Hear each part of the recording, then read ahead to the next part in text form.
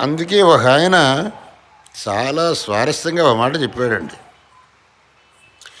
ఈ లోభులు ఉన్నారే, లోభులు వాళ్ళు ఏమనుకుంటారు అంటే, నా డబ్బు నేను ఎవ్వడికి చిల్లి గవ్వ కూడా ఇవ్వను, నేను పోయేటప్పుడు కూడా నెత్తిన మూట కట్టుకొని పోతాను, ఎవ్వడికి చిల్లి గవ్వ ఇవ్వను అని ఈ లోభులు అనుకుంటారండి.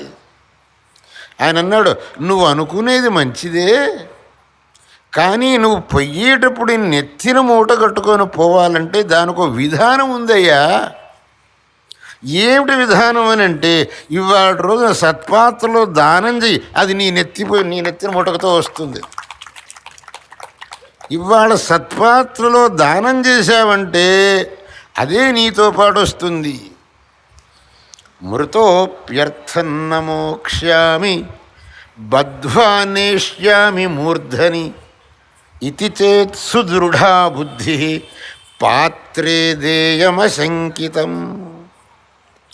నిజంగా మీకు నేను పోయేటప్పుడు నెత్తి మీద మూట కట్టుకొని పోవాలని ఉన్నదనంటే దానికి ఒక విధానం ఉంది. ఇవాళ రోజున సత్పాత్రలో దానం చెయ్యి.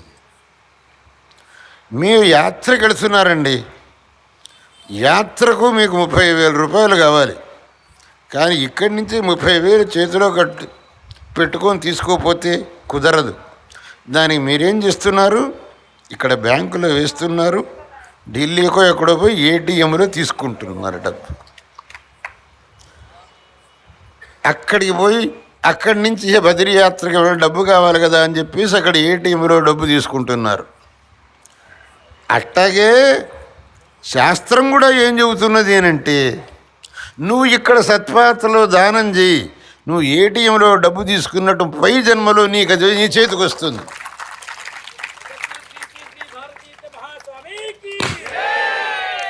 మీకు ఇక్కడ నేను బ్యాంకులో డబ్బు వేసానంటే ఎక్కడో ఢిల్లీ పోయి ఏటీఎంలో తీసుకోవడానికి నాకు అవకాశం ఉన్నది అనే నమ్మకం ఉంది.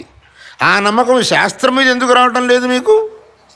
శాస్త్రం అదే చెబుతున్నది, నువ్వు సత్పాత్రలో దానం చేయి, నీకు పై జన్మలో అది వస్తుంది అని. దాని మీద నీకు నమ్మకం రావటం లేదు. ఈ నమ్మకం, శ్రద్ధ అనేది మనిషికి చాలా ఆవశ్యకం.